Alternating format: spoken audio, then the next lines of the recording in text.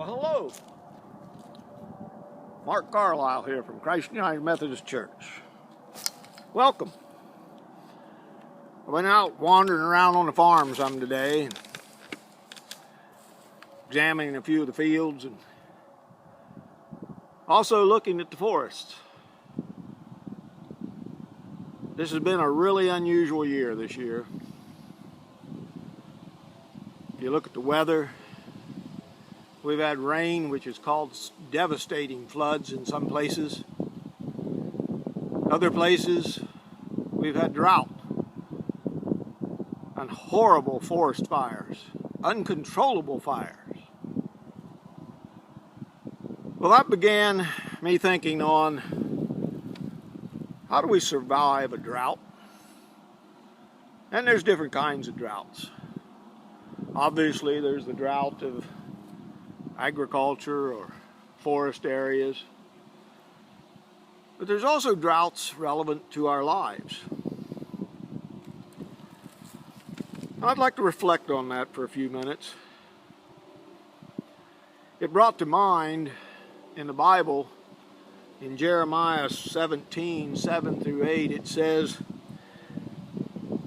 "Blessed is the man that trusteth in the Lord, and whose hope the Lord is. For he shall be as a tree planted by the waters."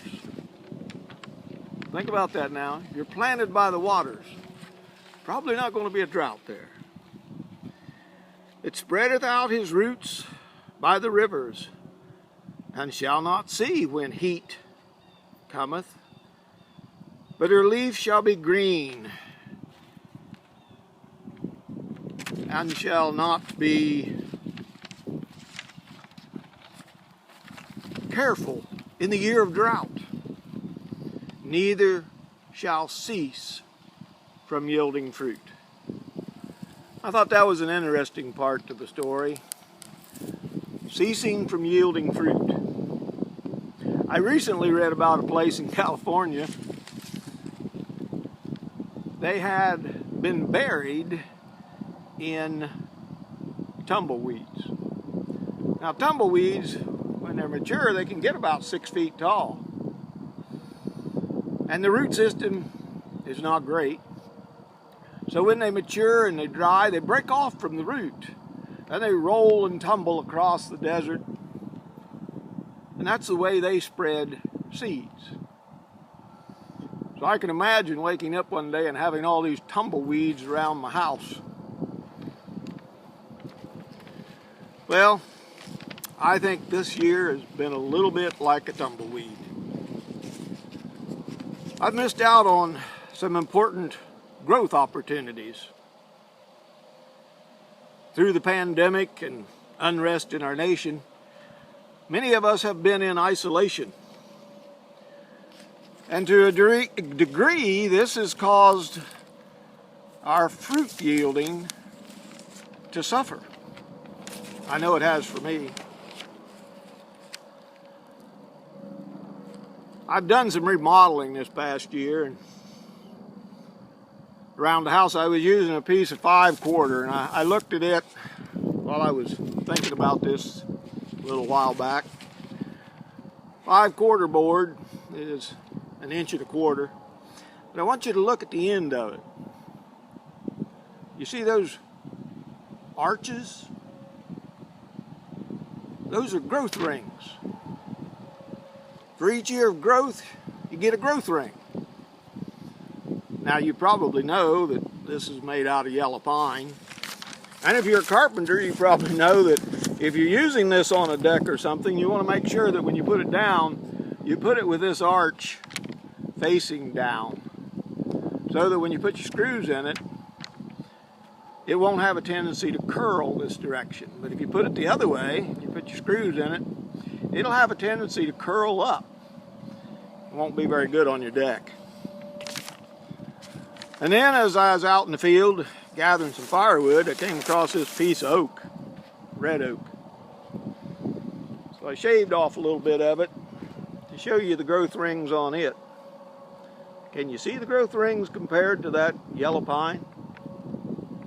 The really small, aren't they? Well, what's that tell you? Well, it tells me that the firewood, the red oak, grows a lot slower than the yellow pine. Yellow pine's referred to as a softwood. Oak's referred to as a hardwood.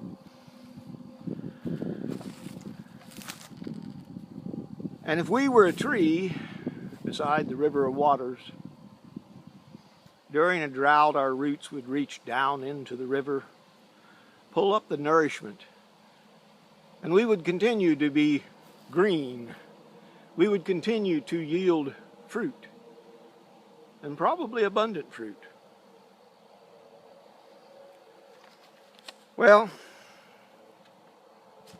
as I thought about that a little more, I thought about the rings that are developing in our lives.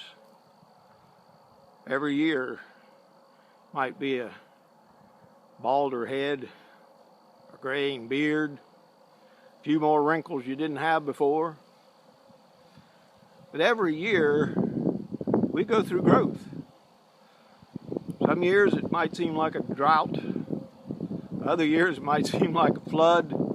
And some years it is so joyous that you just about jump out of your skin because of that love of that particular year.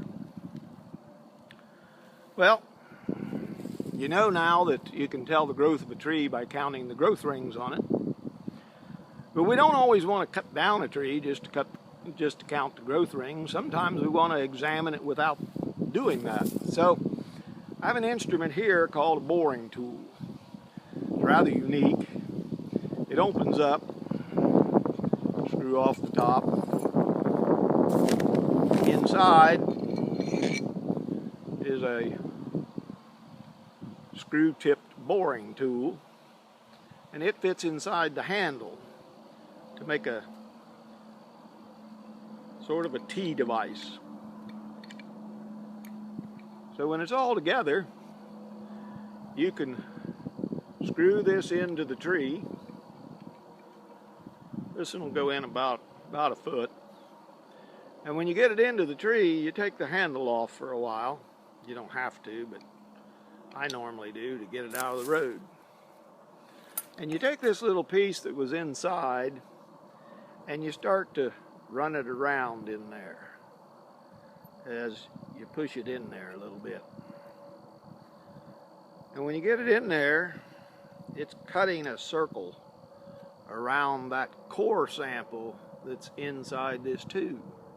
And when you pull it out, then you can count the rings on the tree without ever cutting down the tree.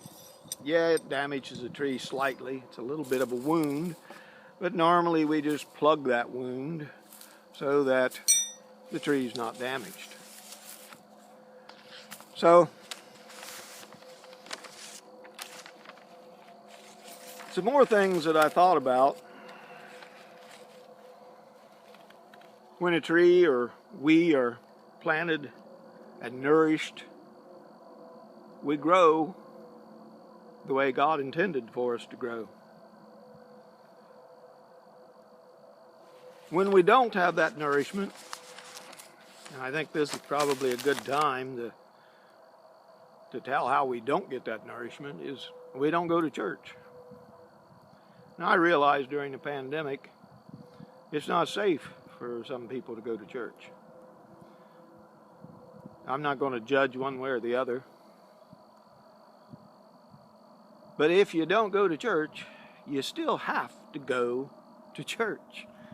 I know that doesn't seem to make any sense, but it does. There's plenty of good pastors on TV, the radio. Our church does a Facebook Live for our 9 o'clock service and our 10:15 service, so you could look on that. There's other churches around that are very good at broadcasting. But I really enjoy one particular church. I won't mention its name. It's not in Jackson. But when they get ready to have their worship service, a person comes on and speaks into a microphone off screen. You don't see. But he says, welcome. He has great joy in his voice. And he says, welcome especially to our Facebook listeners. And if you're at home, hit that share button. You know why he wants you to hit that share button? Because he wants you to spread the good news of Jesus Christ to all your friends. We really ought to tell people more about our faith.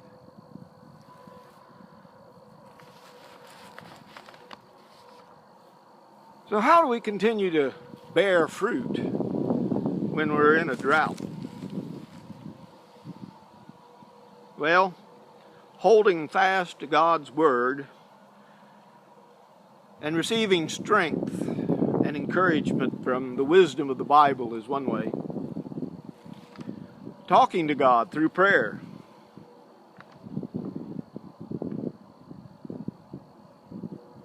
We too can experience through these prayers life-giving, life-sustaining nourishment. So, are your roots like the tumbleweed or the mighty oak?